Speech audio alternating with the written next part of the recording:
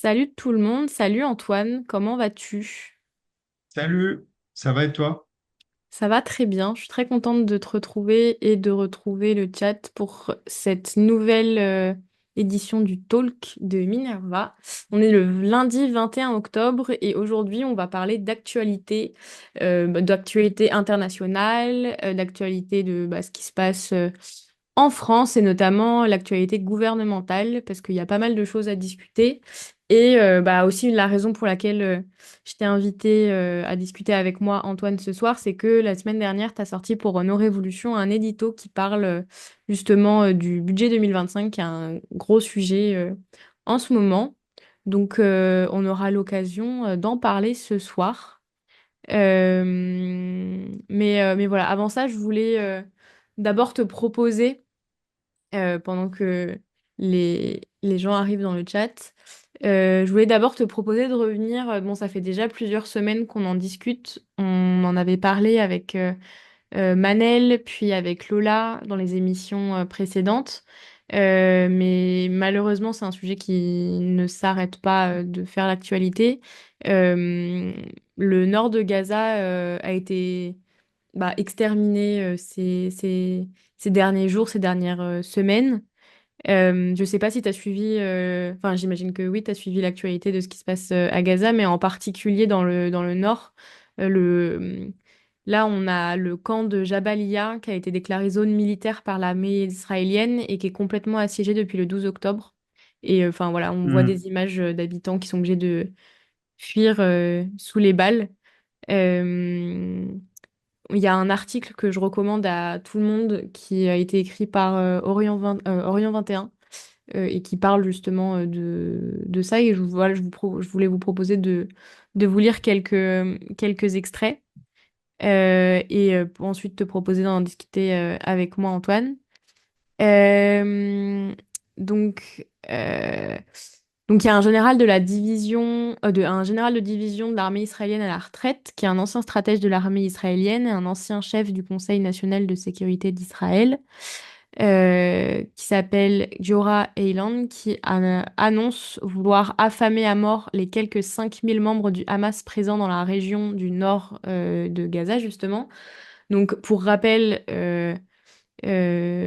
cette zone de Gaza, quand on parle de 5000 membres du Hamas, il y a 100 000 habitants qui vivaient en tout cas dans cette zone avant le 7 octobre 2023. En mai 2024, plusieurs agences des Nations Unies, dont le Programme alimentaire, déclaraient déjà une famine généralisée dans le nord de Gaza. Euh, L'objectif étant d'affamer la population après l'avoir chassée de cette zone pour un plan plus large qui vise à annexer le nord de Gaza après l'avoir vidé de sa population. Et pour mener à bien son entreprise, comme le dit l'article de Orient 21, le gouvernement de Benjamin Netanyahou cherche encore une fois à éloigner les témoins, notamment les journalistes, toujours interdits d'accès dans l'enclave palestinienne. Et avec la guerre que mène également Israël au Liban, les derniers événements à Gaza, tout comme les incursions répétées de l'armée israélienne sur le territoire syrien, sont d'ores et déjà moins couverts, moins, voire invisibles médiatiquement. Parce que du coup, encore une fois, c'est aussi une guerre médiatique et la volonté de tuer les témoins, de faire en sorte que... Enfin, c'est de plus en plus difficile en fait d'avoir accès aux informations, à ce qui se passe à Gaza. Les quelques journalistes présents sur place ont été tués ou se trouvent dans un état critique parce qu'ils ont été blessés. Enfin, voilà. Voilà, donc pour finir, je voulais aussi citer le témoignage d'un habitant du camp qui s'appelle Issa Saadallah et qui dit à Orient 21, la terreur domine nos esprits, les bombardements aériens et tirs d'artillerie sont continus et accompagnés d'avancées terrestres sur l'ensemble du camp. Les équipes médicales sont empêchées d'intervenir pour sauver les blessés et évacuer les victimes. Les chiens et les chats mangent les cadavres éparpillés sur les routes. Donc, enfin voilà, c'est vraiment horrible, vraiment un, un cimetière à ciel ouvert, quoi. Donc enfin voilà, on a l'invasion du Liban depuis plusieurs semaines. Il y a Yahya Sinwar, le chef du Hamas, qui a été tué par un drone israélien. Les intrusions répétées en Syrie. Les attaques contre l'ONU aussi, qui représentent pour Israël aussi le droit international qu'il bafoue bah, depuis des dizaines d'années, et notamment depuis un an.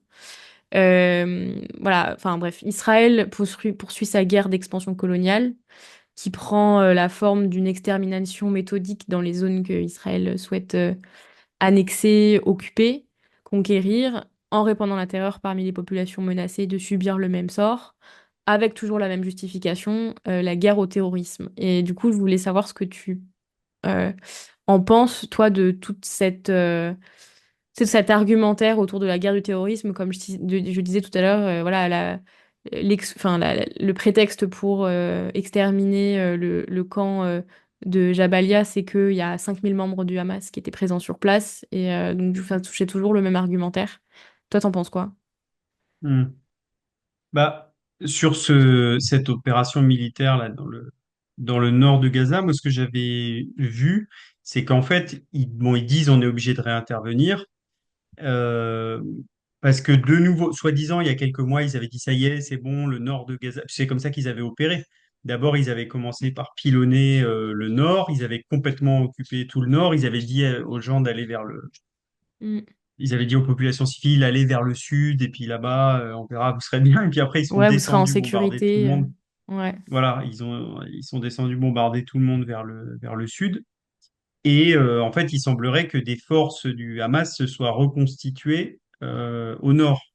En tout cas, c'est ce que j'avais lu, et que c'est pour ça que ils doivent faire cette opération.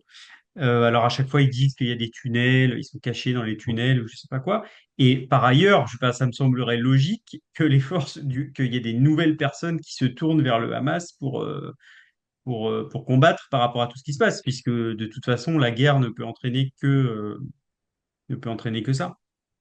Euh, Après, par rapport à la guerre au terrorisme, c'est une question qui revient, enfin qui est pas mal revenue depuis que le Sinoir, là, le leader de la branche militaire du Hamas a été tué. Il y a la plupart des grandes puissances occidentales, en tout cas au moins États-Unis, France, Allemagne, Royaume-Uni, je ne sais plus s'il y en a d'autres.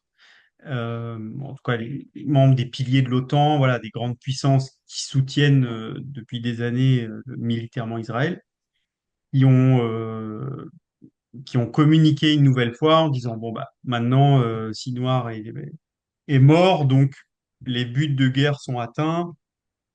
Et donc, voilà, vous pouvez. Bon. Donc, il continue à faire semblant de penser que c'est une guerre à propos, enfin, que c'était une guerre pour décapiter les chefs du Hamas ou même faire disparaître le Hamas, etc. Or, il s'est jamais agi de ça, euh, puisque de toute façon, c'est une organisation qui a été promue, qui a même été financée avec l'accord de Netanyahou. Et il y a presque comment dire, euh, finalement, ça renforce le fait qu'il y ait des leaders belliqueux, extrémistes, etc., en Israël et jusqu'aux boutistes, etc., ont renforcé le Hamas. Et inversement, d'un certain point de vue. Donc, la question de la guerre au terrorisme, elle est revenue au moment où, du coup, ce monsieur Sinoir là, il s'est fait tuer par l'armée israélienne.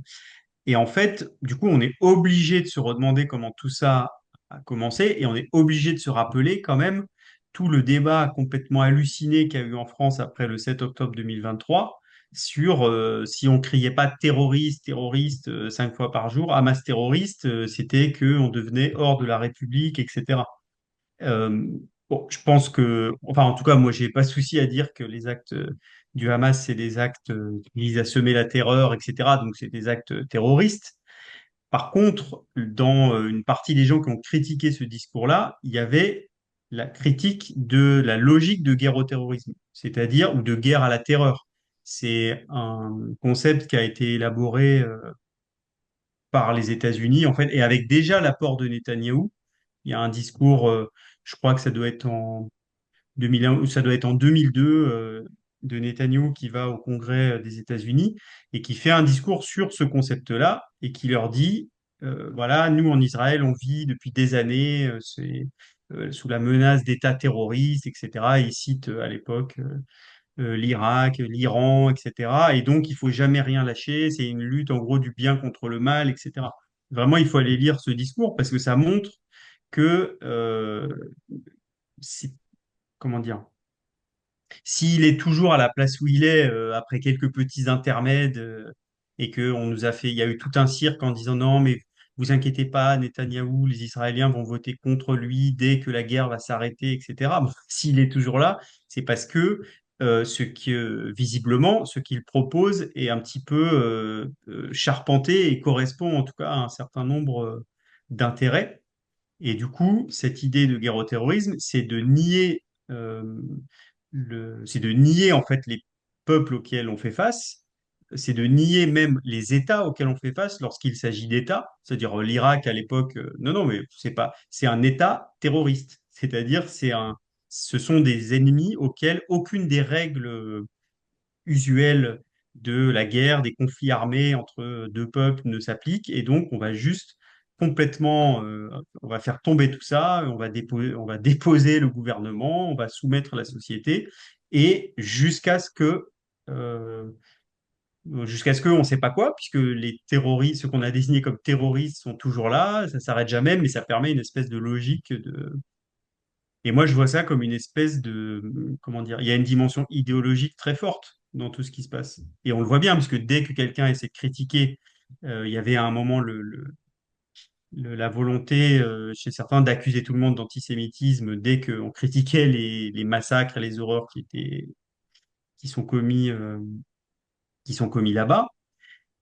Bon, maintenant, on voit que c'est un petit peu plus compliqué parce que c'est le Liban. Enfin, il y a un nouvel acteur qui est concerné et un acteur, enfin, en France, avec tout ce qu'a fait Macron, etc., sur le Liban, pays ami de la France, ça devient compliqué de dire que c'est juste Israël contre les terroristes. Mais quand même, on a ce discours qui continue sur il faut soutenir Israël quoi qu'il arrive, comme si il réalisait une espèce de mission.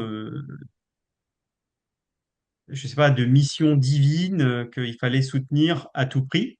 Et du coup, moi, ce concept de guerre au terrorisme, je le vois un petit peu comme ça. C'est une espèce de remake des croisades où on se donne on se décrit comme étant le camp du bien, de la civilisation éternelle. Et du coup, bah, on va aller exterminer ces animaux. D'ailleurs, c'est ce qu'on dit, euh, c'est ce qu'ont dit certains responsables israéliens. Donc voilà, enfin, je suis passé par tous ces détours pour dire que, à mon avis, il faut être très ferme, enfin, et très précis. Du coup, quand on parle de ce qui se passe, de ce qui se passe là-bas, et y compris, même si c'est un débat compliqué à avoir, de ne pas céder à un espèce d'emploi complètement indéterminé et systématique du mot terrorisme pour parler de tout et de rien, dès lors qu'il s'agit d'ennemis, en gros, d'Israël ou de l'OTAN. Voilà, et c'est le concept de terrorisme, c'est quand même quelque chose d'assez complexe, surtout appliqué à des événements internationaux ou qui ont une dimension internationale.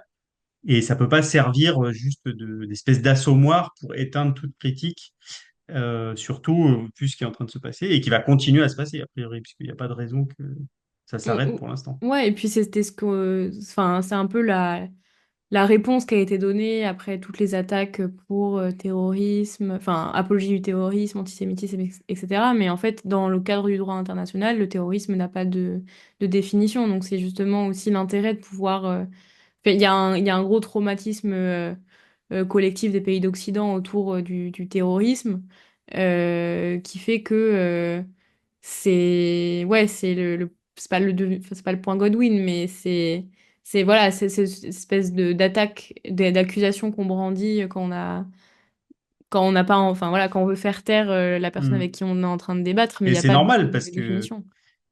c'est normal, c'est vrai qu'il y a eu, depuis, Oui. avec 2015, etc., il y a eu des milliers de personnes Mm. qui ont été touchées dans leur chair, par tout ça. Mais justement, enfin, ça peut pas être juste une espèce d'insulte ou un truc émotionnel qu'on jette à la figure dès qu'on n'a pas envie de, parce que ça a enfin, je veux dire, en droit, ça a des conséquences, quand même lourdes.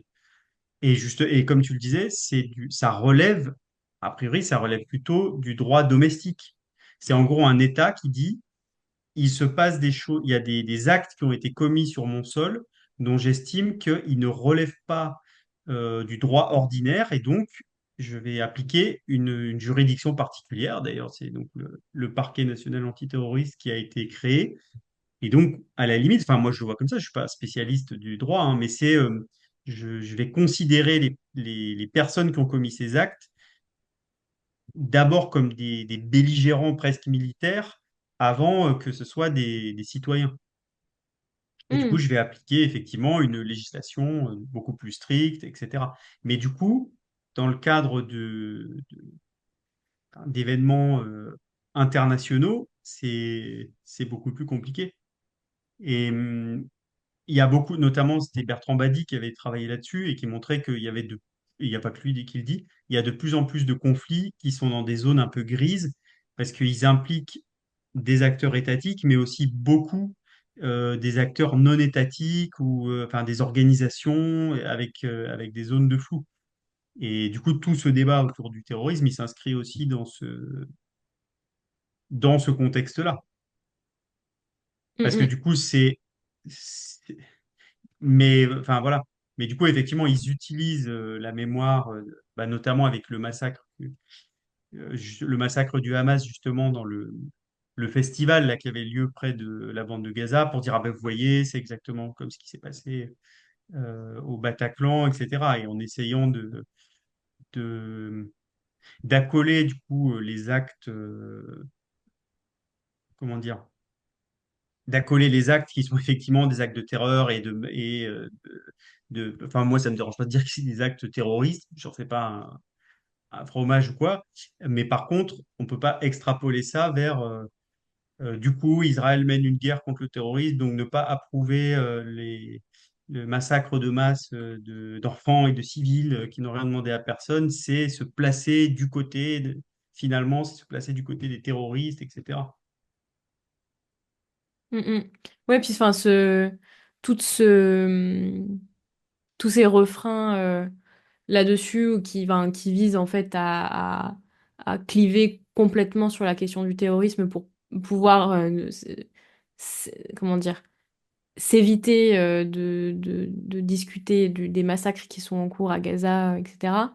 Mais c'est aussi une campagne d'extrême droite qui est menée dans les médias, dans certains médias, bah, notamment CNews, qui va être interdit d'antenne sur la TNT, mais même en vérité sur la plupart des médias. C'est 8 pas CNews. Ah ouais, CNews, pardon. Non, oui, Que C8, pardon. CNews, non, non, non, non, non. Ouais, ouais, Ils pardon, ont C8. gardé le. Et oui, en fait, la plupart des chaînes, et c'est pas seulement Canal, enfin, c'est pas seulement cette chaîne de Bolloré, c'est aussi, enfin, moi, quand je regardais la télé chez mes parents pour voir un peu ce qu'ils se disaient, bah, parce qu'ils regardent TF1, sur TF1 aussi, c'était le même refrain partout, sur toutes les chaînes publiques aussi, sur France 2, sur France 3, enfin, Hmm. il y a vraiment donc, il y a d'une part une campagne idéologique d'extrême droite qui est menée dans certains médias, mais plus largement, c'est plutôt l'ensemble du paysage médiatique qui est acquis à ces mêmes discours réactionnaires et à ces mêmes discours qui sont enfin, qui veulent absolument casser la solidarité avec les soutiens au peuple palestinien en France, quoi. Mais Après, moi, j'ai une théorie, mais bon. vas-y. Non, mais moi, je pense que sur ce sujet-là, comme sur d'autres, comment dire? Bon, je vois que, enfin, il y a d'autres pays hein, où ça se passe comme ça, mais moi, je pense qu'en France, certains milieux médiatiques et certains milieux journalistiques sont sont le secteur de la population française dans lequel il y a un tournant à l'extrême droite le plus violent et le plus marqué. Mm. Parce que, en fait, c'est des gens et tu l'as dit, y compris à la télé publique et tout, tu regardes même, je sais pas, France Info ou quoi, c'est incroyable. Ouais. C'est même plus tout ce discours, enfin le discours de l'extrême droite israélienne, etc., n'est même plus questionné, ou alors juste une fois pour se dire, il y a un diable de confort, quoi, pour dire, Ah oui, est-ce que vraiment... Non, mais on a le droit de critiquer Netanyahou, mais bon, il faut quand même Mm, le soutenir dans tout ce qu'il fait, etc. Donc, moi, je pense que j'ai l'impression d'assister au fait qu'il n'y a aucun autre secteur en France qui a ce point viré à l'extrême droite de manière aussi rapide et aussi. Il y a plein d'électeurs qui votent RN, il y a plein tout ça, mais si tu veux, dans les médias, en fait, ils sont complètement dans leur jus en permanence, en train de dire gna, gna, gna, et Mélenchon, gna, et le Hamas, et ceci, et cela, mm, et certains quartiers, et l'islam, et machin. Et du coup, ils baignent. Ça fait, je sais pas, ça fait maintenant une petite dizaine d'années qu'il y a ce processus qui s'est amorcé. Et du coup, ils sont complètement, enfin, j'ai l'impression qu'ils ont complètement perdu pied. Et que, contrairement à plein de gens bon, qui font des choix à un moment ou à un autre vers l'extrême droite, etc., et que je n'approuve pas non plus, mais eux, ils sont dans leur truc toute la journée. Donc, c'est ma théorie, on verra si elle se vérifiera, mais j'ai l'impression que, voilà, ils sont en phase vraiment avancée, lourde avancée, mm. Mais et à ton avis, qu'est-ce qui fait que ce secteur spécifiquement est dans cette phase-là? T'as une idée ou? bah, bon, ils sont très soumis forcément au discours officiel. Je dis soumis, c'est pas, ils n'ont pas prêté forcément allégeance ou quoi, mais je veux dire, ils sont exposés comme à comme à des rayons X, quoi, en Mm, permanence. Et bon, il y a eu une série d'événements. Euh, Quand même, maintenant, quand on regarde les plateaux télé, enfin, il y a quelques années, c'était pas un invité sur deux, c'était pas soit un syndicat de policiers, soit un gradé de l'armée. En fait, aujourd'hui, le mode de traitement de l'actualité a fait que déjà, je veux dire, ils sont en contact en permanence et ils donnent la parole en permanence sur des thématiques qui sont plutôt orientées. Alors, il y a des gens qui peuvent porter des discours dans lesquels moi je me retrouve tout à fait, etc. Il y a le ancien gradé de l'armée française, la Guillaume Ancel, qui supporte souvent un discours très, très droit et sur Gaza et tout ça. Mais bon, quand même, la plupart des gens qu'ils invitent, donc déjà, ça crée un petit peu cette petite ambiance. Et puis, je crois aussi que tous ces gens, en fait, il y a un côté, il y a l'orgueil blessé aussi. Parce que c'est mm, des gens qui se perçoivent comme des donneurs enfin, pas des donneurs, mais c'est eux qui font la tendance, quoi. C'est-à-dire que je sais pas, c'est comme dans les salons du 18e siècle où ils sont en se poudrant le nez, là, ils sont là à dire, ah oui, c'est ce qui est tendance ou ce qui ne l'est pas, etc. Et donc, ils pensent qu'ils sont faiseurs de rois, faiseurs d'opinion. Or, ça fait quand même plusieurs élections bon, et comme beaucoup le notent, tout ça a commencé en 2005 notamment, où il y avait vraiment eu un décalage. Mais du coup, ce décalage entre une espèce d'hallucination collective en route vers l'extrême droite euh, de, de- des gens, des grosses têtes des médias, etc., et la société française, ça se creuse quand même de plus en plus. Alors, bon, ils ont trouvé un bon filon avec le RN et tout ça, mais et du coup, à chaque fois qu'il y a le verdict des urnes qui tombe, bah, je sais pas, ils détestent encore plus ceux qui les ont fait. Bon, et pour moi, ça explique notamment une partie, enfin, en partie, le rapport des médias à la France insoumise, par exemple. Parce que vraiment, ils ont mené, et mm, notamment depuis le 7 octobre pour le coup, des campagnes vraiment outrancières, etc. Bon. Et au bout du compte, voilà, ils n'ont pas disparu. Et même, ils ont fait, le reste de la gauche a reconstitué l'alliance avec eux, etc. Et donc, il y a un côté quoi, en fait, les gens n'en ont mm, rien à foutre de ce que je pense, alors que je passe mon temps à prodiguer mes bons conseils et à dire ce qu'il faut penser.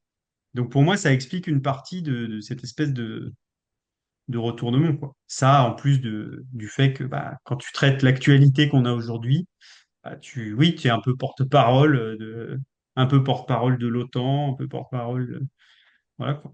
mm. D'ailleurs, ça me fait penser, enfin, les principaux concurrents à la télé maintenant, à la télé et aux chaînes, aux plateformes type Netflix, Amazon, etc., c'est YouTube, qui propose un contenu qui est euh, bah, alimenté par les créateurs de contenu sur YouTube, enfin, que ce soit professionnel ou non. Et c'est marrant parce que pour le coup, il y a une grosse inflation du contenu enfin, relié aux thèses et à l'idéologie et aux idéologies d'extrême droite, notamment bah, Bardella qui a une grosse popularité sur TikTok, YouTube, etc. Mais globalement, bon, après, je sais pas, je pense que c'est aussi au regard de ce que moi je consomme, mais j'ai l'impression qu'il y a quand même une, un environnement de cette plateforme-là qui est beaucoup moins, enfin, qui est beaucoup plus à l'image du peuple, quoi, enfin, à l'image des Français, donc, enfin, Hmm. avec une variété d'opinions différentes, euh, mais quand même globalement assez, enfin, plus libéral que réactionnaire, quoi, pas forcément Ah très, ouais? ouais, ouais, ouais, bah, les principes, bah, tu vois, par exemple, les gros youtubeurs qui sont les plus suivis, euh, bah, tu vas avoir des Squeezie, des trucs comme, enfin, Lena Situation, Seb Lafrite, des gens comme ça qui, enfin, typiquement, Lena Situation, qui est une des youtubeuses les plus suivies sur YouTube. euh, Elle a, je pense, en un an, elle a dû dire deux fois des trucs en faveur, enfin en soutien au peuple palestinien, quoi, en gros pour dire c'est horrible ce qui se passe, renseignez-vous, machin. Mais globalement, enfin c'est des, enfin à côté de ça, elle fait des défilés pour LVMH, quoi. Enfin elle fait des défilés, elle met en avant des créateurs qui ne défendent pas particulièrement les intérêts des Palestiniens. Hmm. Mais tu vois, t'as un peu un espèce de à la fois dans, enfin, ça va jamais être dans l'action, mais plutôt, en tout cas dans le discours, un truc assez libéral. Et du coup, pourquoi je disais ça? Je disais ça parce que du coup, Cyril Hanouna, là, qui va quitter Canal+, 4 mois avant la fermeture de C8, il va très certainement, enfin, faut voir, hein, mais en tout cas, c'est sûr qu'il va se recycler. Et il serait possible qu'il continue parce qu'il y a maintenant, en fait, il y a des émissions qui sont super bien produites, que ce soit sur Twitch, que ce soit sur YouTube, enfin, peu importe. Du coup, il y a aussi la possibilité que lui, il continue de diffuser ses émissions et son divertissement sur d'autres plateformes. Non, mais Euh, ça, c'est sûr. oui, oui. Bah, de Ça, toute façon, c'est il sûr. a énormément de moyens. Après, moi, justement, je suis curieuse de voir qu'est-ce qu'il va, qu'est-ce qu'il va faire. Mais en tout cas, je pense que ça pose toute cette séquence-là d'interdiction de C8, de départ d'Hanouna et tout. Et y compris, bah, enfin, même, je crois, il me semble que c'était Bolloré qui avait. Je me souviens plus, attends, je vais vérifier ce que je dis. Mais Bardella.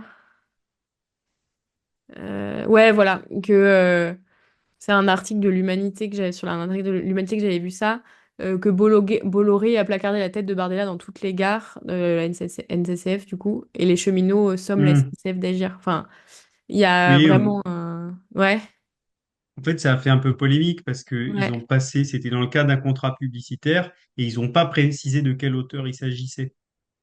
Et du ok. coup, bah maintenant, ça fait un peu parler, tout ça. Puis il y a des gens qui disent, ouais, mais il va y avoir ça va créer des troubles à l'ordre public, etc. Parce que les gens vont vouloir péter les trucs. Bah ouais, Donc, pas très malin. mais oui, oui, ça montre, mais ça montre aussi la puissance et la force de frappe maintenant de Bolloré, puisque Mm, il peut mm. agir à la fois sur,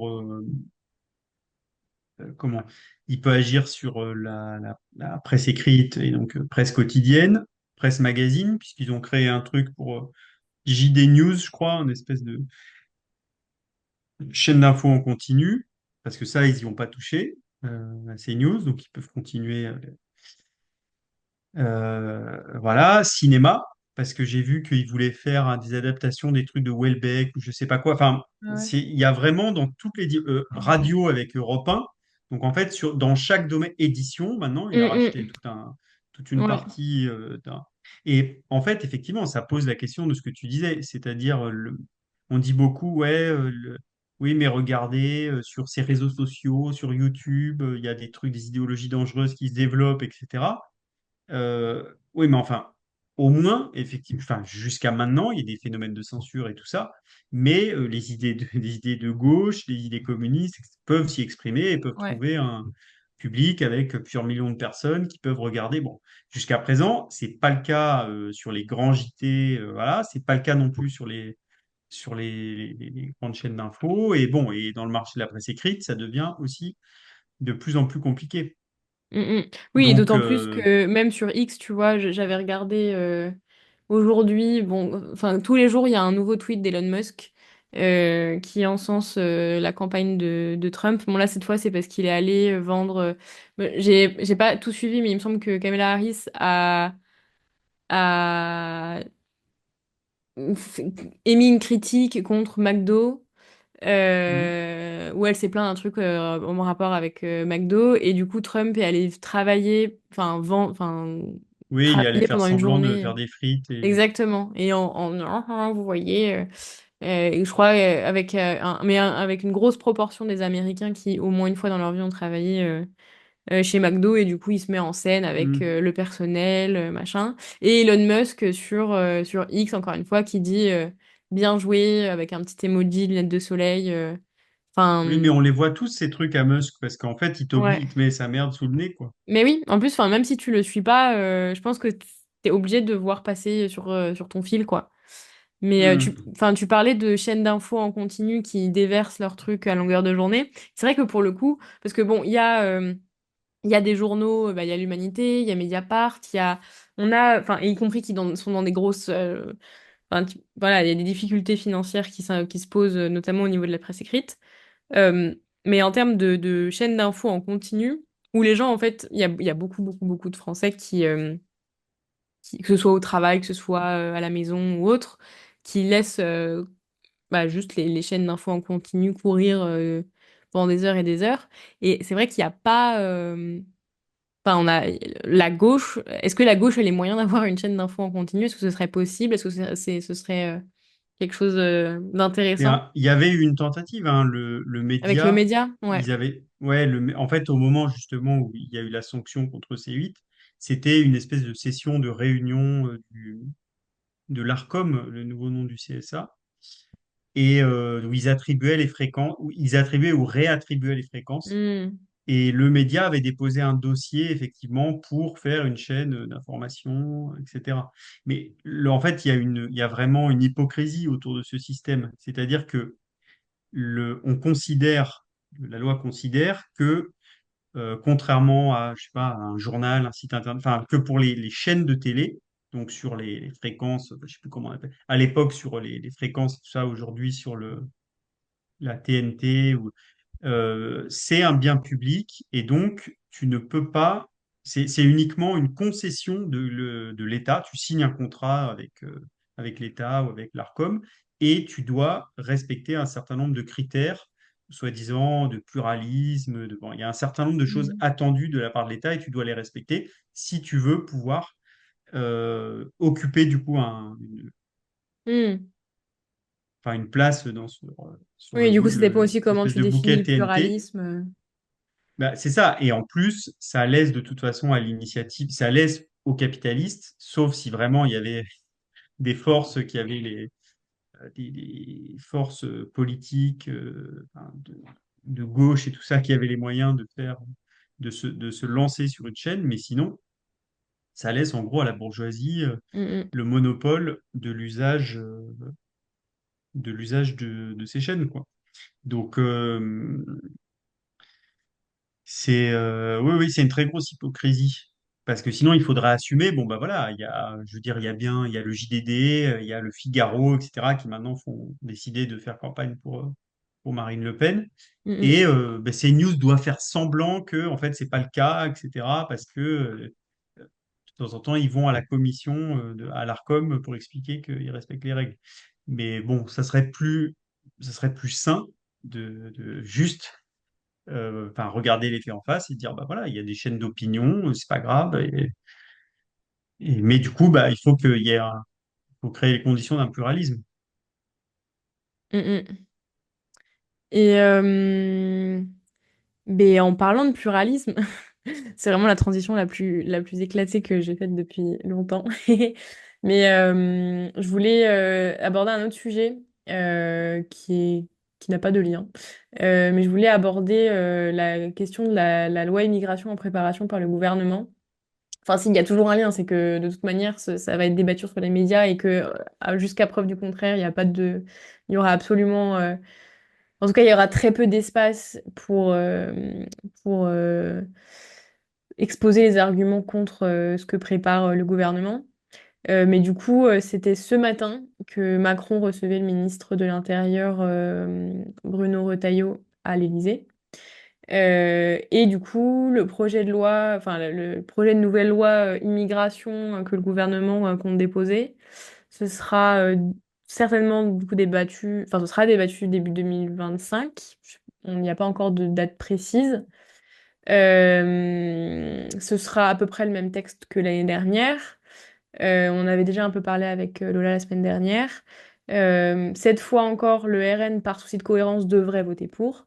Cette fois, la Macronie sera encore plus divisée, vraisemblablement, entre l'aile acquise au camp réactionnaire, mais quand même, la dernière fois, ils avaient voté contre. Donc bon, il y a quand même un espèce de... Enfin, il y aura des masques qui vont continuer de tomber, en tout cas, très certainement.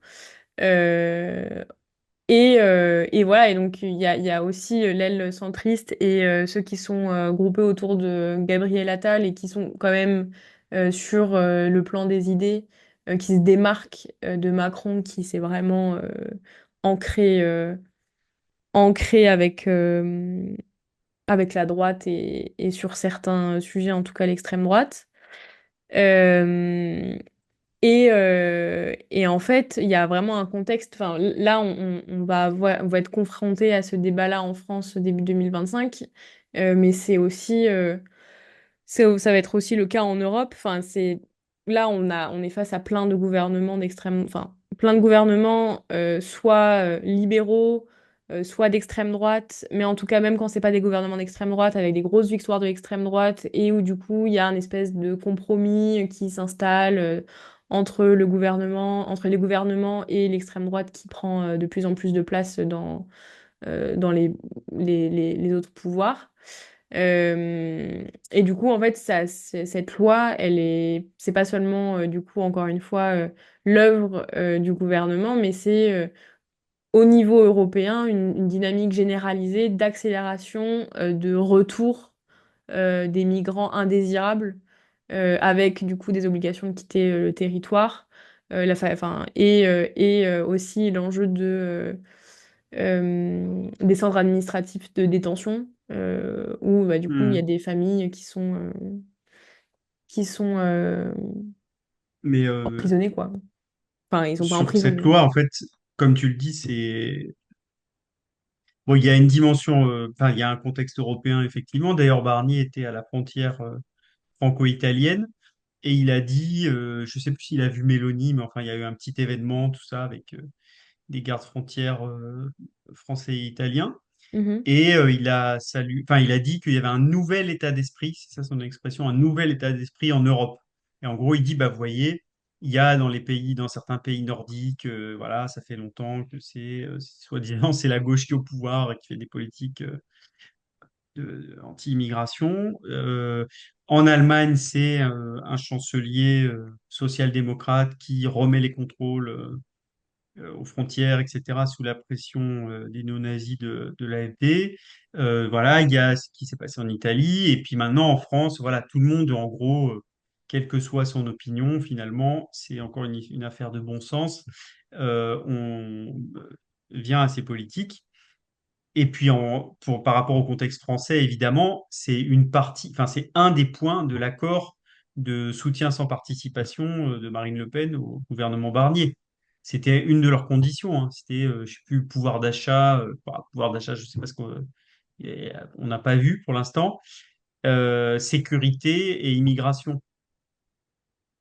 Et donc, une de leurs, je crois que c'était même marqué explicitement, une de leurs conditions pour pas censurer, c'est le fait d'avoir une loi immigration. Et en gros, je sais pas, moi je me dis, c'est en janvier parce que c'est pour mettre la pression au RN, entre guillemets, de ne pas censurer sur le budget. Là, il va y avoir le budget, il pourra avoir une occasion, une censure gratuite, entre guillemets, puisque ça serait une censure de réponse au 49.3. Et du coup, bah, il ne... en gros, ils agitent une espèce de petite carotte après les vacances de Noël en disant, mais attendez, vous faites tomber le gouvernement alors qu'on va mettre en place la loi immigration. Donc, est-ce que vous renonceriez à des mesures de persécution des migrants enfin, pour pouvoir faire tomber le budget? Moi, je vois ça comme ça. Et ça montre effectivement que tous ces gens sont en train de trouver quand même un modus vivendi assez facilement. Et ça nous pose un sacré défi à la gauche sur, comment dire, bah, la prochaine fois, oui, il faut empêcher les fachos de prendre le pouvoir, mais visiblement, le front républicain qui a été passé avec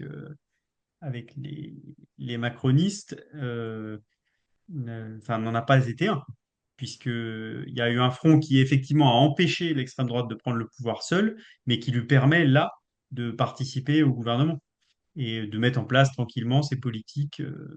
Mm, mm. Oui, et sachant que maintenant, dans tout le travail parlementaire, le RN, la droite et enfin, une grosse partie de la Macronie votent main dans la main. Enfin, c'est comme il y a eu la commission des finances le 17 octobre pour débattre de la loi finances 2025. Et les députés du NFP avaient proposé des mesures pour faire des dizaines de milliards d'euros de recettes. Et bah, le RN a voté contre, la Macronie a voté contre. Euh, Sachant en plus que, enfin, tu vois, tu parlais de une des conditions du RN de plus de pouvoir d'achat pour ne pas censurer le gouvernement. Mais il y a un député du NFP, Philippe Brun, qui disait on ne propose pas beaucoup plus d'impôts que Michel Barnier, mais la différence, c'est que les nôtres frappent les plus aisés. Et bon, bah, visiblement, le RN, en tout cas, enfin, visiblement, enfin, on dit à chaque fois, ah, vous voyez, les masques tombent, finalement, le RN, il n'est pas pour les pauvres, mais il est pour les riches. Enfin, on a l'impression que c'est une surprise à chaque fois, alors que c'en est jamais une. Mais c'est une austérité de droite, quoi, qui est portée par ce front réactionnaire, en tout cas. Euh, et enfin, voilà, que ce soit sur l'immigration, les finances, bientôt le budget 2025. Mais Hmm. Mais ceci étant, mm, ce qui peut peut-être me permettre d'évoquer l'édito pour nos révolutions, puisqu'on a, comme on arrive sur le budget. mm, Euh, Ceci étant, j'ai écrit un texte qui s'intitule Le budget supplice chinois pour le gouvernement. Bon, supplice chinois, c'est-à-dire une espèce de mort très lente et douloureuse qui va arriver petit à petit. Bon, enfin, je dis mort, est-ce que le gouvernement va survivre à ce budget? On ne sait pas. Ça se peut qu'il y survive, comme tu disais, avec le renfort du RN. Mais il faut quand même pas, comment dire, il faut pas sous-estimer le poids important qu'a pris la gauche dans cette assemblée. Et il faut pas, comment dire, le RN, ils accompagnent leur progression systématiquement du, en donnant confiance à leur électorat, en disant voilà, victoire, victoire, victoire, on est en train d'avancer. Cette fois, on n'a pas réussi, mais on avance. Bon, et à gauche, on a l'impression que, je sais pas, tout le monde est en train de prendre des médocs, de tomber en dépression, parce que non, il y a quand même la gauche à avancer, elle avance vers ses objectifs. Après, bah oui, au fur et à mesure qu'elle avance, il y a aussi ses adversaires et les adversaires du peuple qui essaient de faire d'y faire barrage, mais normal. Enfin, c'est pas un motif de. Le fait que nos adversaires mettent en place des stratégies de contournement ou d'opposition, c'est pas ça va avec le fait qu'il y ait quand même une progression.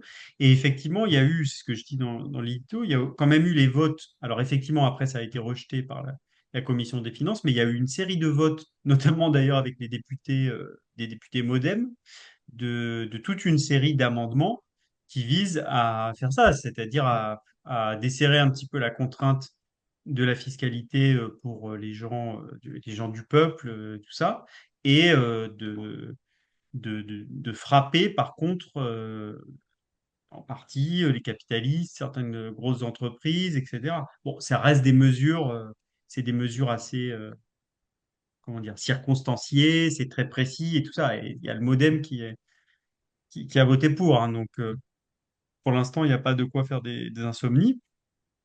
Mais le fait que ces mesures aient été adoptées, c'est quand même un élément encourageant. De la même manière, il y a Aurélie Trouvé, qui a donc député LFI NFP, qui a été élue présidente de la commission des affaires économiques, qui est quand même, c'est pas la commission des finances, mais c'est quand même une commission assez importante aussi, et qui a été élue à la faveur d'un duel qu'il y avait, je crois, entre un LR et un En Marche. C'est-à-dire que, et on nous parle beaucoup des divisions à gauche, et effectivement elles existent, et elles ont des bases réelles, mais c'est aussi énormément la débandade dans le camp d'en face. Et là, on ne sait pas ce qui va se passer sur ce budget.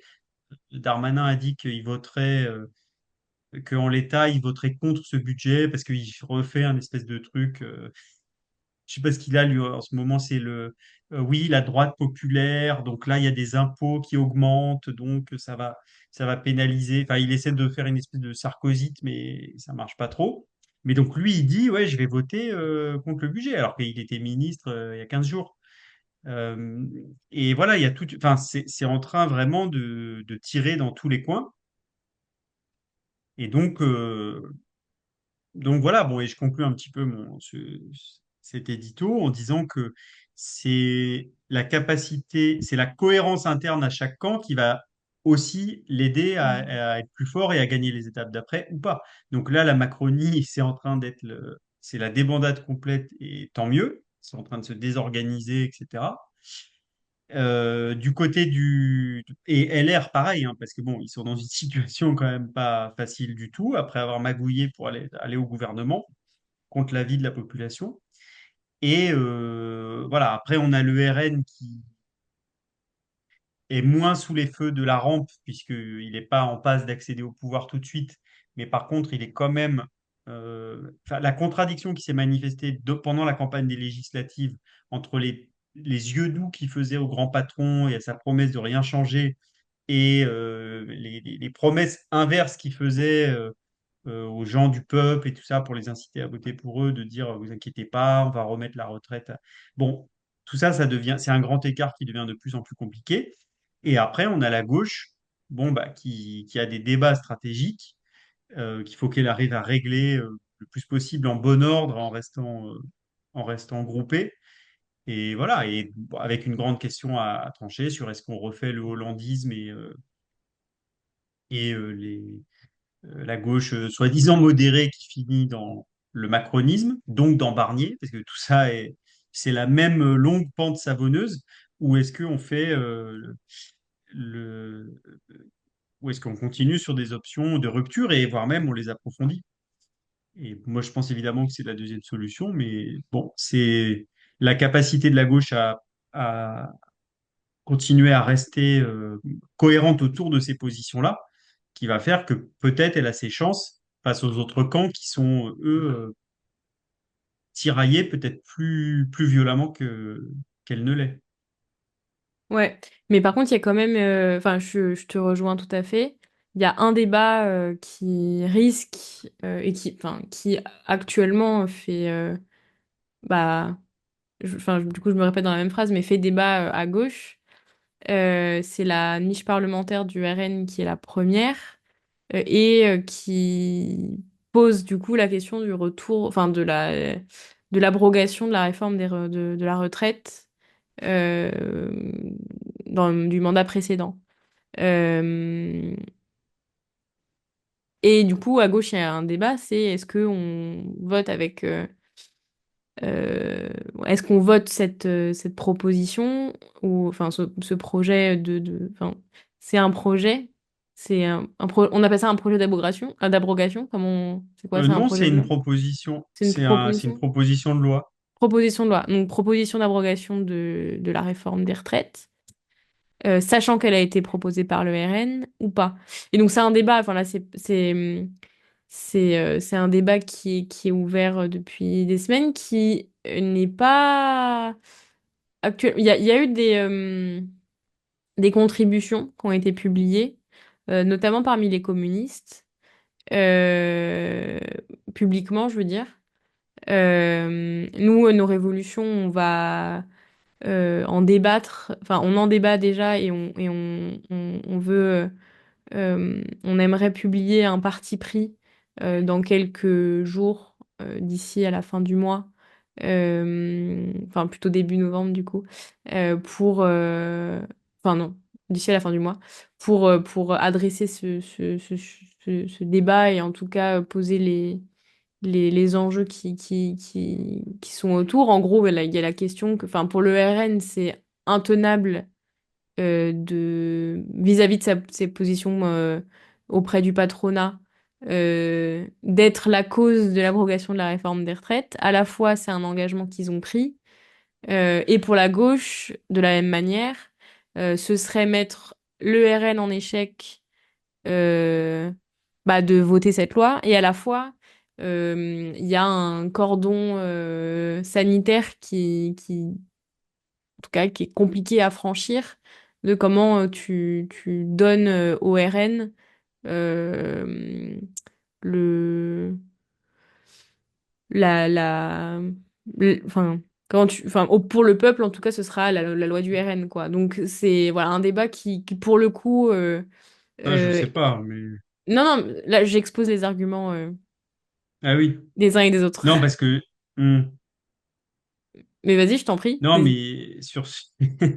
non, mais sur ce débat, enfin bon, moi quand il est apparu, depuis le début, moi j'étais plutôt dans les circonstances actuelles pour dire bah oui, il faut le voter juste parce que voilà, il faut tout tenter pour dégager cette loi, enfin de défaire ce qui avait été fait la dernière fois, se poser la question du contenu de cette proposition de loi. Parce que si c'est une loi, je veux dire, avec un contenu, bon, moi j'ai regardé vite fait ce qu'il y a dedans. Il y a une mention à un moment, évidemment, où ils disent, ils en profitent pour dire oui, ça va avec une politique globale qui sera mise en œuvre dès que le RN vient au pouvoir, etc. Bon, après, je veux dire, il faut faire la différence entre ce qui peut se passer dans la mécanique parlementaire et ce que les millions de gens qui ont très peu de temps pour je veux dire, suivre le détail de tout ce qui est en train de se passer vont en suivre. Euh, Moi, je pense que c'est possible de voter ce texte, qui ont dit très clairement ce qu'on fait. Or, il y a un outil, pour le coup, à l'Assemblée nationale qui permet de le faire, c'est l'explication de vote, c'est-à-dire qu'avant de voter, chaque groupe politique vient exposer pourquoi il va voter de telle ou telle manière. Donc moi, je pense que c'est peut-être pas incongru de se présenter à la tribune, de défoncer le Front National et leurs mensonges et leur tout ça, que là, ils essaient de faire une opération de communication à, à peu de frais, et que nous, bah, on va, je veux dire, on est d'accord pour abroger cette loi, même en plus après pour aller vers les 60 ans, etc. Donc, que on va voter techniquement ce texte-là, et, euh, et voilà. Mais Hmm. sans lâcher aucune des positions. Voilà. Après, j'entends aussi hein, les gens qui disent, ouais, mais ça serait leur accorder un point, etc. Mais je pense qu'on peut pas s'interdire de vivre et de penser juste parce que il y a des fachos qui disent des trucs et qui recopient d'ailleurs parfois toute une partie de ce qu'on dit. Mais c'est pas, il faut saisir toutes les occasions Hmm. pour mettre à bas cette réforme et Moi, je pense vraiment qu'on s'affaiblit si on se positionne en permanence contre, enfin, en miroir de tout ce qu'ils font. Je pense quand même Après, il qu'il faut laisser. Hmm. Non, non, oui, oui, je réfléchis, mais je pense que, bon, parce que malheureusement, tu vas pas avoir de contradictrice face à toi, contradicteur face à toi, avec un E à la fin, contradictrice. Bref, je vais pas te poser de contradiction, mais, et je pense qu'on en aura davantage dans les débats qu'on aura pour la rédaction de ce parti pris. Euh, mais, euh, mais oui, oui, quand tu disais que les gens, enfin, globalement, ils n'ont pas le temps, ni l'énergie, enfin, de s'intéresser au débat parlementaire et qu'en fait, ils regardent le résultat, quoi. Je suis pas persuadée que les explications de vote seront euh, C'est sûr analysées aussi. dans le détail. Non, c'est sûr aussi. Mais non, mais c'est sûr que de toute façon, Gabriel Attal et tous les clowns comme ça, là, ils vont dire, ah, ah, vous votez en réalité avec le RN, c'est la jonction des... Bon, euh, ceci étant, ils vont avoir un petit peu de mal à dire ça, puisque maintenant, ils gouvernent avec eux depuis quelques temps. Mais non, je pense que si le message, il est clair, qu'il est fort et tout ça, bah, oui, si, les gens qui regardent la télé le soir et tout ça, tu auras les 3 secondes où tu as les Hmm. mots qui sont prononcés pour expliquer la démarche. Mais il faut effectivement en 3 secondes pour expliquer ce qu'on fait, pourquoi on le fait. Et tu as un autre problème, c'est que, en tout cas, les Verts, je ne sais pas où ça en est. Ça débat de toute façon au sein d'un petit peu tous les groupes de gauche. Mais au sein du PS, si j'ai bien compris, eux, ils veulent pas la voter. Ce qui fait que du coup, sans le soutien du PS, il y a quand même très peu de chances que ça passe. Donc, ça fait donc voilà, comment dire, le RN va pouvoir lancer toute sa campagne sur ah ben, vous voyez, la gauche ne veut pas en réalité de la retraite, enfin veut garder la retraite à 64 ans, etc. Ce qui est en plus, il y a une ambiguïté derrière ce débat parce que en fait, cette réforme, au-delà des 64 ans, elle accélère le rythme de la réforme de 2014, je crois que c'est ça, la réforme Touraine, je crois que c'était ça, hein, qui déjà augmentait enfin, faisait évoluer progressivement le nombre d'annuités. Donc en Hmm. fait, c'est la réforme de Macron, c'est une réforme avec l'âge de départ, plus une accélération de dispositions prises par les socialistes dans le quinquennat Hollande. Ouais. Donc tu vois bien que si, quand ils votent, si les socialistes ne votent pas en disant non, c'est parce que nous on fait barrage républicain, il y a quand même une Hmm. ambiguïté fondamentale derrière Ouais. tout ça. Et ça, c'est un vrai problème. Parce qu'en plus, ça empêche la disposition de passer. Après, est-ce que les médias retiendront, enfin, est-ce que les gens Hmm. retiendront que c'est le RN qui a proposé le truc ou que c'est la gauche qui a fait basculer? Ça, je sais pas. Mais je trouve qu'il y a quand même une analyse complètement, particulièrement servile envers les fachos dans ce pays, parce qu'on nous dit, si la gauche vote la loi proposée par le RN, ah, bah, ça sera une victoire incroyable du RN, ils vont arriver au pouvoir. Par contre, quand on nous dit Marine Le Pen tient le sort du gouvernement entre ses mains, pardon, non, c'est que la gauche va déposer une motion de censure et le RN a éventuellement la possibilité de la voter. Mais du coup, tu vois le deux poids, deux mesures, quand c'est la gauche qui fait un truc et que le RN vient en soutien, c'est le RN qui sont des Machiavel, redoutables, avec un gros cerveau, les rois du monde, etc. Et quand c'est l'inverse, c'est pareil, c'est parce que le RN a proposé. À un moment, il faut sortir de cette espèce de fascination morbide et d'essayer de construire un espèce de discours où ils sont complètement omnipotents et où ils calculent tout, tout le temps. Non, je pense qu'ils ils ont effectivement un certain succès et ils se font servir la soupe par toute une série de gens qui considèrent maintenant que c'est pour tondre la laine sur le dos du peuple, ils sont effectivement un atout non négligeable. On continue à faire ça. Mais maintenant, voilà, ils sont soumis à des contradictions et je pense qu'il faut essayer de les faire péter à la figure ces contradictions. Mais enfin, moi, j'en peux plus de ça, hein, mais depuis longtemps, de tout ce truc, ah, le RN, génie du mal. Qui a tout compris et qui a 36 coups d'avance, etc. Hmm. Oui, mais je pense que c'est un miroir déformant du regard que la gauche a sur elle-même, quoi, aussi. Une espèce d'impuissance, Ouais, ce qui fait que tu donnes tous oui. les pouvoirs, à l'adversaire, quoi. Et aussi un regard déformant de pour qui les gens ont envie de voter. Parce que quand tu as tous les éditorialistes, pour revenir à ce que je disais tout à l'heure, qui disent Oui. oh là là, Marine Le Pen, qu'elle est belle, qu'elle est intelligente, etc. Oui, bah écoute, bah, vas-y, va voter RN dans ton coin, mais viens pas nous faire chier avec.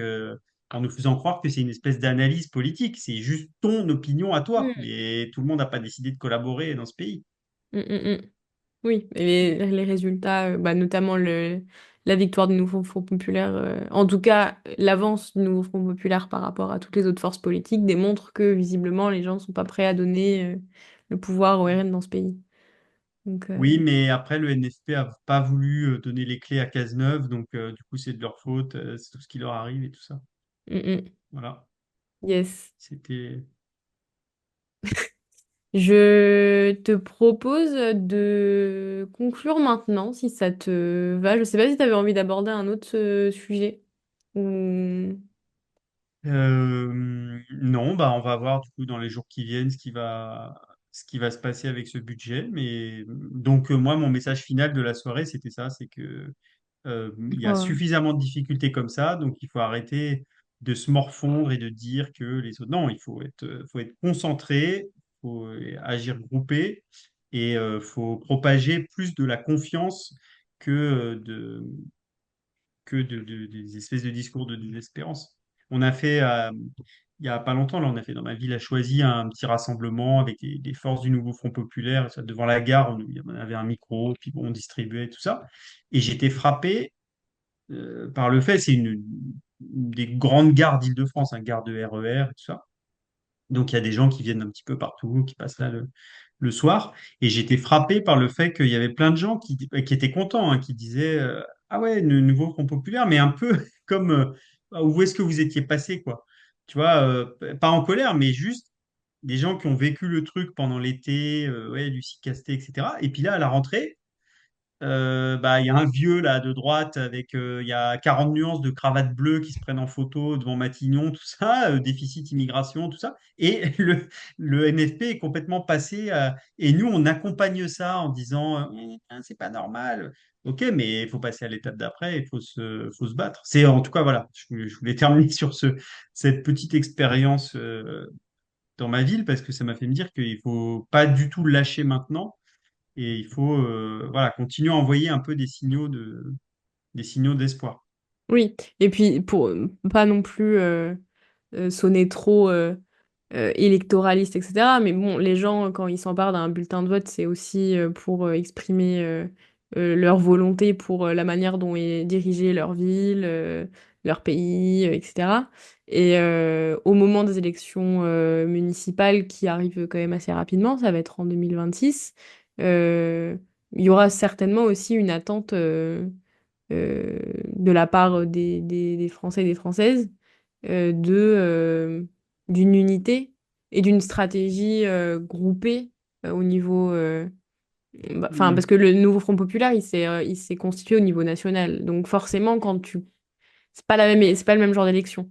Et dans la tête des gens, en tout cas dans la tête des gens qui constituent le NFP, les élections municipales et les élections législatives, c'est pas du tout les mêmes enjeux et c'est pas du tout le même type de stratégie. Mais par contre, je suis pas certaine que les gens qui vont voter n'ont pas conscience que la couleur politique qui est donnée à la France au moment des élections municipales bah, c'est aussi un moment d'élection nationale, quoi. Oui, oui, Qui... oui, ben ça c'est certain, beaucoup plus que les. En plus, elle va être juste avant la présidentielle. Mm, mm. Mais bon, encore avant ça, il y a toujours Oui, le spectre d'une nouvelle dissolution qui plane. ouais, Donc à l'été 2025. Mm, mm. ça va laisser, voilà, là ce qu'ils veulent faire, c'est survivre au budget en agitant la carotte là, pour les lepénistes d'une nouvelle loi immigration. Puis après, bon, ils vont amuser un petit peu la galerie là pendant quelques mois en faisant pas trop de lois, mais en sortant deux ou trois paniques identitaires encore, bon, une tous les 15 jours. Et voilà quoi. Mais bon, sauf si on arrive à casser tout ça et à provoquer une autre chose, Mm, d'une mm. manière ou d'une autre. Yes, Voilà, en tout désolé, j'ai cas, relancé.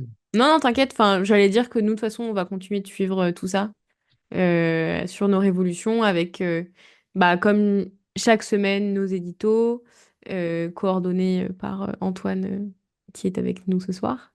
Les revues de presse de Médusa, qui sont envoyées aussi toutes les semaines, soit le jeudi, soit le vendredi, en fonction de nos dispos. où on fait une veille de l'actualité, où on fait une sélection de l'actualité nationale, internationale, des think tanks, des événements, des podcasts, etc., pour se maintenir informé dans le flot d'informations, de pouvoir avoir quelque chose d'un peu plus lisible et d'un peu plus fléché. Bien sûr, bah, les émissions sur Twitch, les entretiens Nos Révolutions, du coup, qui sont aussi republiés enfin, qui sont publiés sur YouTube, sur la même chaîne que les rediffusions des émissions Minerva. Donc voilà, et bien sûr, les partis pris qu'on publie une fois tous les mois et qui sont le résultat de débats ouverts d'ailleurs. N'hésitez pas, le prochain débat, il aura lieu le 26 octobre. Et du coup, il tournera autour de la niche parlementaire du Rassemblement national. Nous, enfin, voilà, c'est toujours ouvert à tous et à toutes et à tous. N'hésitez pas à envoyer un message à contact@nosrevolutions.fr si vous voulez participer à ces débats.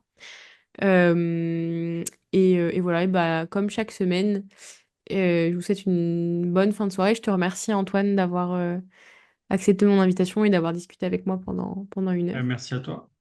Et puis, on se retrouve la semaine prochaine pour une nouvelle discussion. Et d'ici là, portez-vous bien. Salut! Salut!